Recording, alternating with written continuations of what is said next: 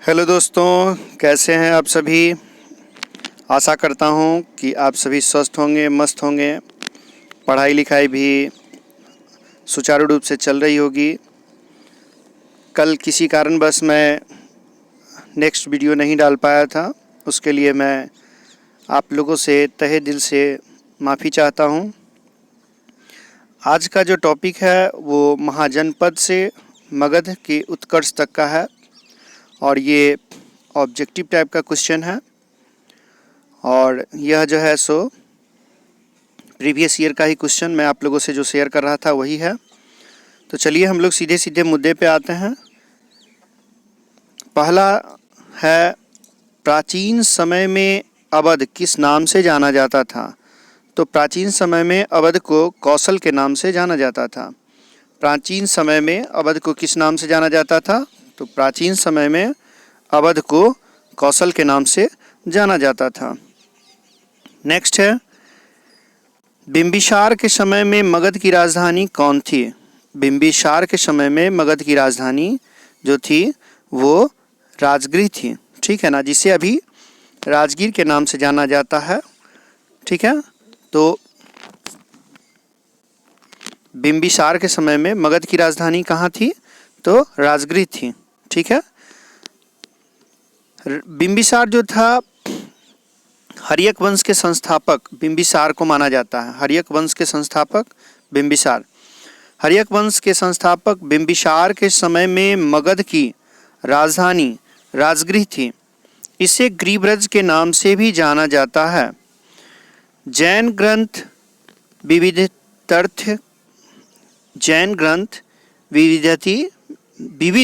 तीर्थ कल्प के अनुसार जैन ग्रंथ विविध तीर्थ कल्प के अनुसार राजगृह नगर 5 पहाड़ियों विपुलगिरी, रत्नागिरी, उदयगिरी, सोनगिरी तथा वैभवगिरी के बीच बसा हुआ था। ये जो है जैन ग्रंथ विविध तीर्थकल्प के अनुसार राजगृह 5 पहाड़ियों के बीच बसा हुआ है। वो है निम्न: विपुलगिरी, रत्नागिरी, उदयगिरी, सोनागिरी तथा वैभवगिरी के बीच बसा हुआ था। विख्यात शिल्पी महागोविंद ने यहाँ पर नगर निर्माण की योजना बनाई थी। महागोविंद ने यहाँ पे नगर निर्माण की योजना बनाई थी, जो एक विख्यात शिल्पी थे।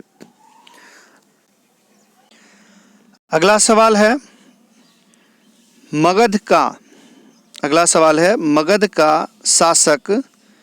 मगध का कौन सा ऐसा शासक था जो बुद्ध के समकालीन था। मगध का ऐसा कौन सा शासक था जो बुद्ध के समकालीन था। तो बिंबिसार जो था वह बुद्ध के समकालीन था। बिंबिसार मगध में हर्यक वंश का प्रथम शासक था। यह महात्मा बुद्ध के समकालीन था।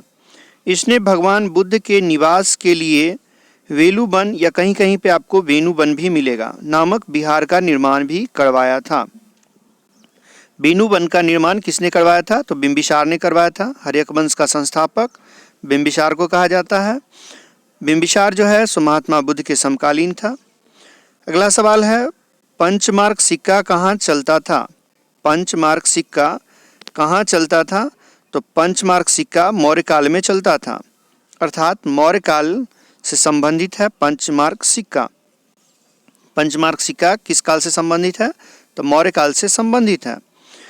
पंचमार्क सिक्के का प्रचलन 6ठी शताब्दी ईसा पूर्व में हुआ था। इसका प्रयोग मौर्य काल में व्यापक स्तर पर होता था।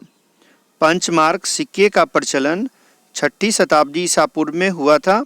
इसका प्रयोग मौर्य काल में व्यापक स्तर पर होता था। सिक्कों के अध्ययन को क्या कहा जाता है, तो सिक्कों के अध्ययन को क्या कहा जाता है, न्यूमिस्मैटिक्स। सिक्कों के अध्ययन को क्या कहा जाता है, न्यूमिस्मैटिक्स।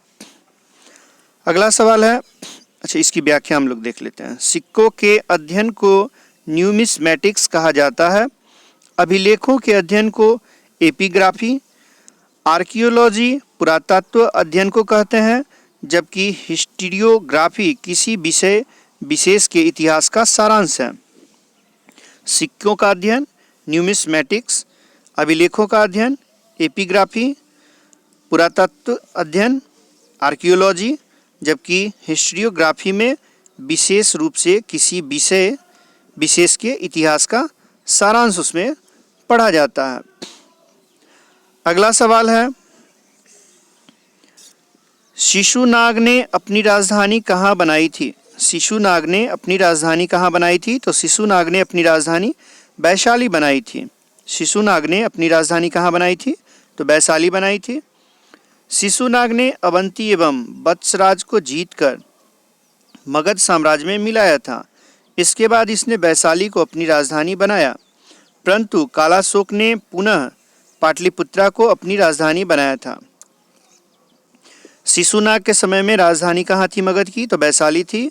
और अवंती तथा वत्सराज को किसने मगध में मिलाया था? तो शिशुनाग ने मिलाया था। अवंती तथा वत्सराज को मगध साम्राज्य में किसने मिलाया था? तो शिशुनाग ने मिलाया था। और शिशुनाग ने अपनी राजधानी अवंती और वत्सराज को जीतने के बाद वैशाली बनाया था। पाटलिपुत्रा को अपनी राजधानी किसने बनाया था? तो कालाशोक ने पाटलिपुत्रा को पुनः अपनी राजधानी बनाया था। अगला सवाल है, प्राचीन काल में किस जनपद की राजधानी उज्जैन थी? प्राचीन काल में किस जनपद की राजधानी उज्जैन थी? तो प्राचीन काल में अवंती की राजधानी जो थी उज्जैन थी। अवंती की राजधानी उज्जैन। अवंती की राजधानी उज्जैन। आधुनिक मालवा का क्षेत्र ही प्राचीन अवंती महाजनपद का क्षेत्र था। ये जो अभी वर्तमान में मालवा का जो क्षेत्र है वही प्राचीन समय में क्या था? अवंती का क्षेत्र। यह महाजनपद दो भाग में बटा था। पहला उत्तरी अवंती तथा दूसरा दक्षिणी अवंती। उत्तरी अवंती की राजधानी उज्जैन तथा दक्षिणी अवंती की राजधानी माहिष्मती थी। अवंती को दो भागों में बांटा गया था, तो उत्तरी अवंती की राजधानी उज्जैन और दक्षिणी अवंती की राजधानी माहिष्मती। अगला सवाल है, पटना शहर का पुराना नाम। पटना शहर को किस नाम से जाना जाता था? तो पाटलिपुत्रा। पाटलिपुत्रा पटना को ही कहा जाता था। पटना का पुराना नाम पाटलिपुत्रा था। अगला सवाल है, अलेक्जेंडर ने भारत पर आक्रमण जो किया था कब किया था? तो अलेक्जेंडर ने भारत पर जो आक्रमण किया था वो कब किया था? तो 326 ईसा से 326 वर्ष पूर्व अर्थात 326 BC 326 ईसा पूर्व जो है सो आक्रमण किया था। हाइडे स्पीच का युद्ध कहाँ लड़ा गया था? सिकंदर द्वारा पोरस की पराजय किस युद्ध में हुई थी? हाइडे स्पीच युद्ध कहाँ लड़ा गया था?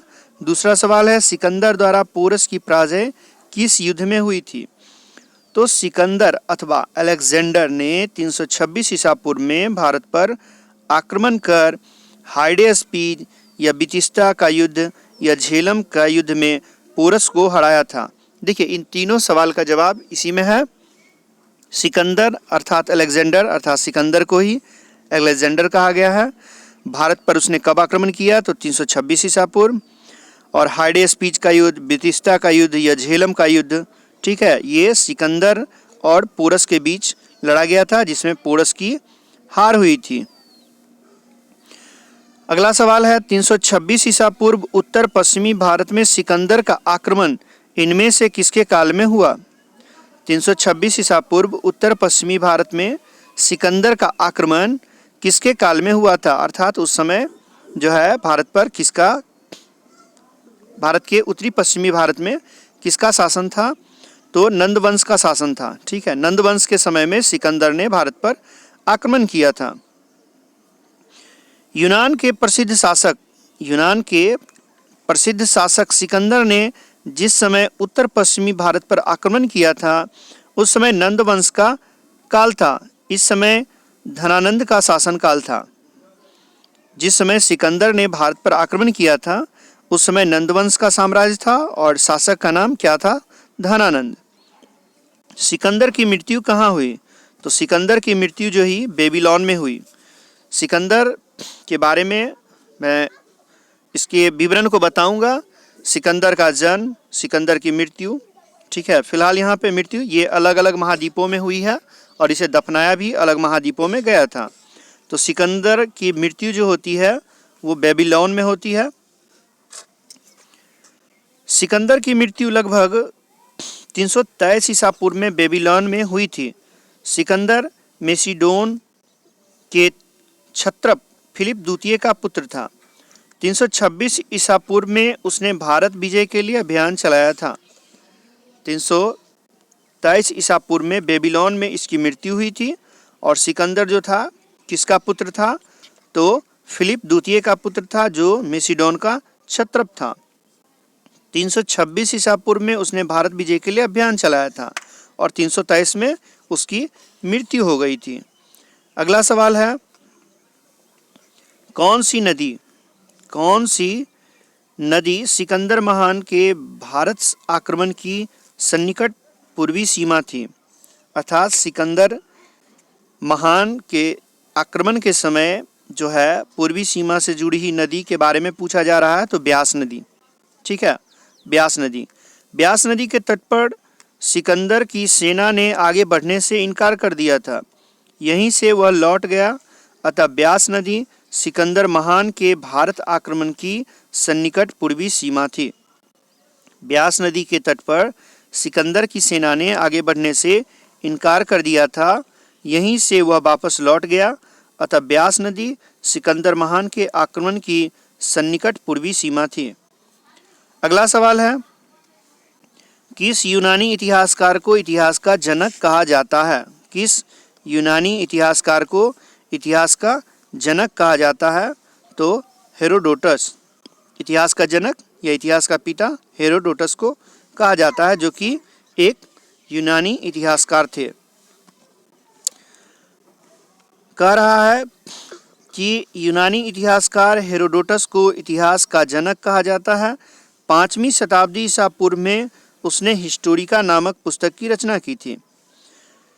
इतिहास का जनक, इतिहास का पिता हेरोडोटस को कहा जाता है, जो कि एक यूनानी इतिहासकार था और इसने एक पुस्तक लिखी हिस्टोरिका नामक पुस्तक किसने लिखी? तो हेरोडोटस ने लिखी, जो कि इतिहास का जनक कहलाता है। और इस पुस्तक की रचना, हिस्टोरिका पुस्तक की रचना कब हुई थी? तो 5वीं शताब्दी ईसा पूर्व में हुई थी।